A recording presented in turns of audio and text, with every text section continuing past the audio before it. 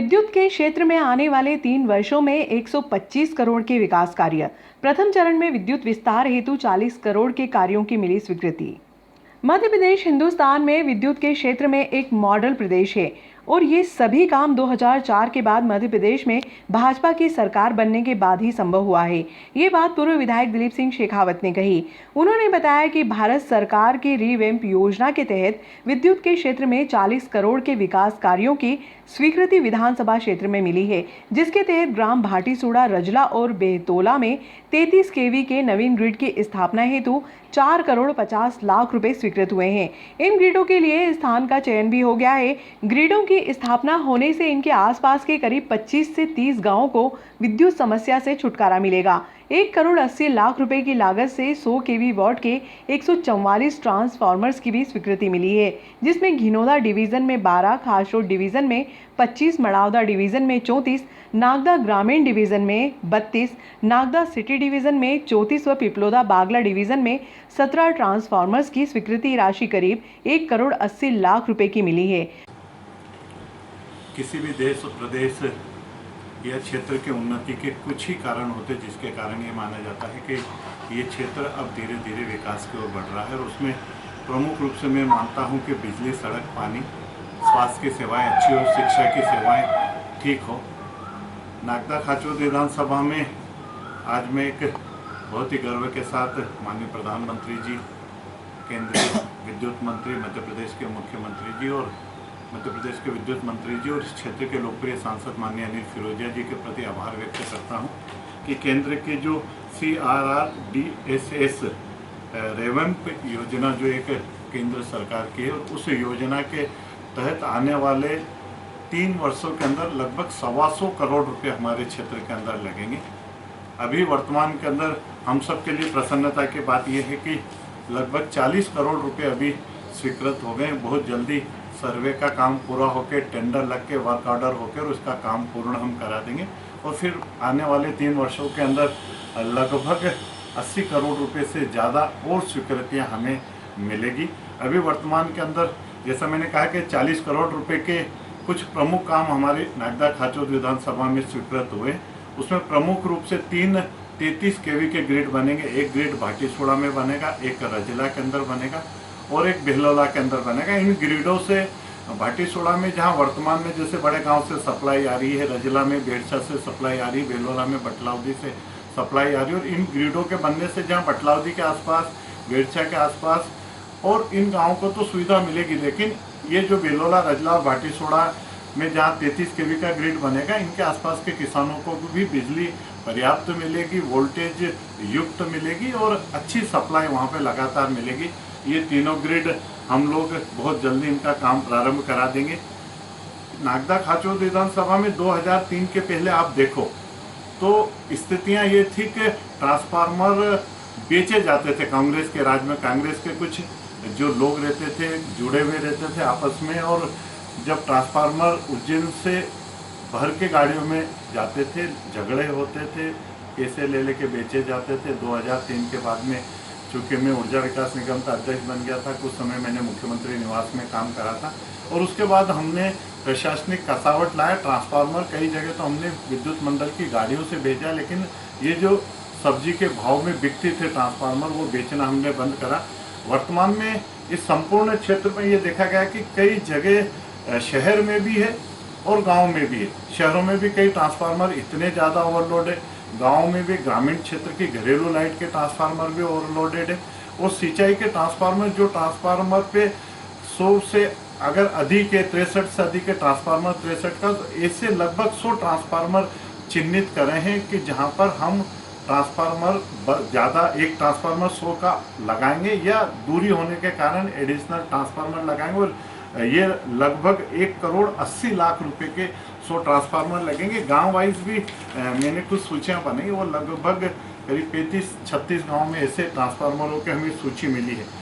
एक 65.15 किलोमीटर की लगभग 10 करोड़ से ज़्यादा की लाइनें हम डालेंगे। 11 केवी की वो लाइनें ऐसे डालेंगे कि जैसे अभी उदाहरण के तौर पे रूनखेड़ा की सप्लाई बटलावदी ग्रिड से आ रही है, लेकिन अगर बटलाउदी में कोई फॉल्ट आ जाता तो फिर बटलाउदी तो बंद होता, लेकिन रूनखेड़ा की भी सप्लाई बंद हो जाती।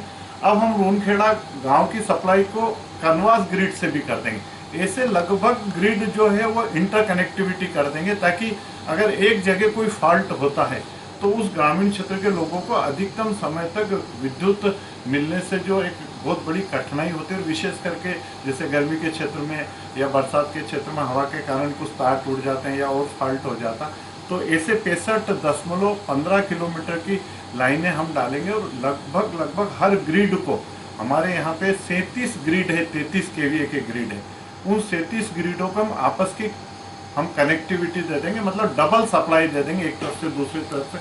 दूसरा 844 किलोमीटर की हम कुछ लाइनें और डालेंगे, केबल डालेंगे 844 किलोमीटर। मतलब सुन के भी कई लोगों को लगेगा कि 844 किलोमीटर आप गलत आंकड़े तो नहीं दे रहे हो, लेकिन मैं बिल्कुल सही आंकड़ा दे रहा हूँ। 844 किलोमीटर की हम केबल वो डालेंगे कि जो गांव में अभी केबल में मान लो कि लोड ज़्यादा होने के कारण केबल पिघल गई, केबल टूट गई, या हवा के कारण टूट गई, या केबल पुरानी हो गई, तो ऐसी सारी केबल को हम या तो उनकी क्षमता वृद्धि करके अच्छी क्वालिटी की केबल डालेंगे ताकि पर्याप्त वोल्टेज मिल सके। कुछ गांवों में अभी भी शायद, अगर गलती से, वैसे तो मेरी जानकारी में सभी गांवों में केबल हो गई है, लेकिन अगर कहीं तार है तो उन तार की जगह हम केबल कर देंगे।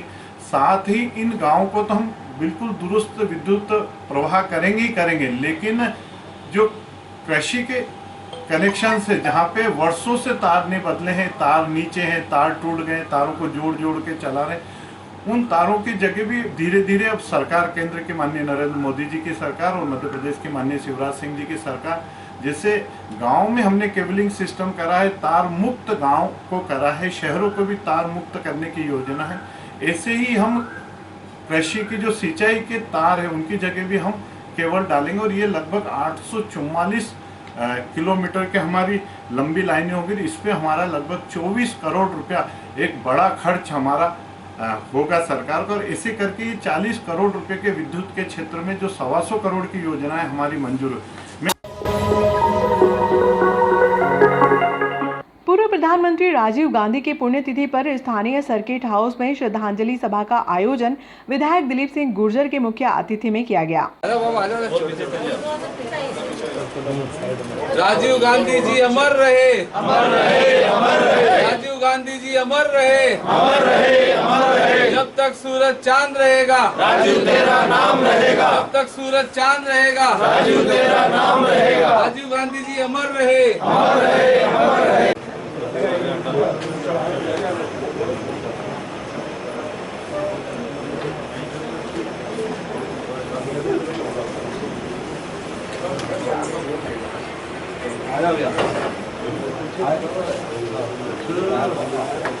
आजा सब आजा,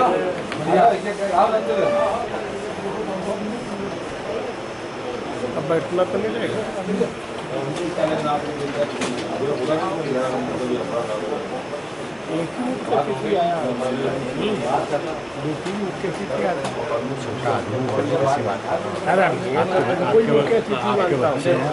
हम क्या आपको मानते हैं, आपके बच्चे प्रोग्राम होता है ना, मजा आ रहा है। आपके बच्चे तो सहयोग मेरे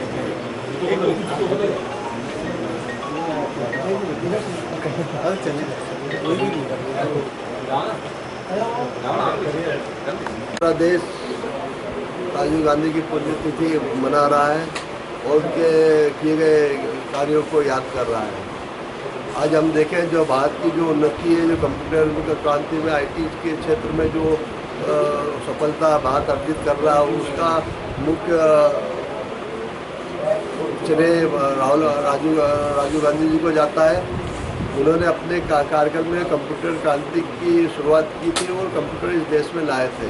उस समय भारतीय जनता पार्टी के लोग कंप्यूटर क्रांति का विरोध कर रहे थे और उन्हें अपने कार्यकाल में 18 वर्ष के युवा लोगों को रोजगार मत का अधिकार दिया और तीसरी स्थिर पंचायती राज लागू करके पूरे देश में पंचायती राज को सुदृढ़ीकरण करा। युवराज ठाकुर और उज्जवल सांवेरवाला ने शहर के युवाओं की सुविधा के लिए अप्रोच रोड पर मिस्टर टोस्टी का शुभारंभ किया, जिसमें युवाओं व बच्चों के लिए चाइनीज, साउथ इंडियन व्यंजनों की विशाल श्रृंखला मिलेगी। शुभारंभ अवसर पर शरद ओझा, सतीश जैन आदि ने शिरकत की।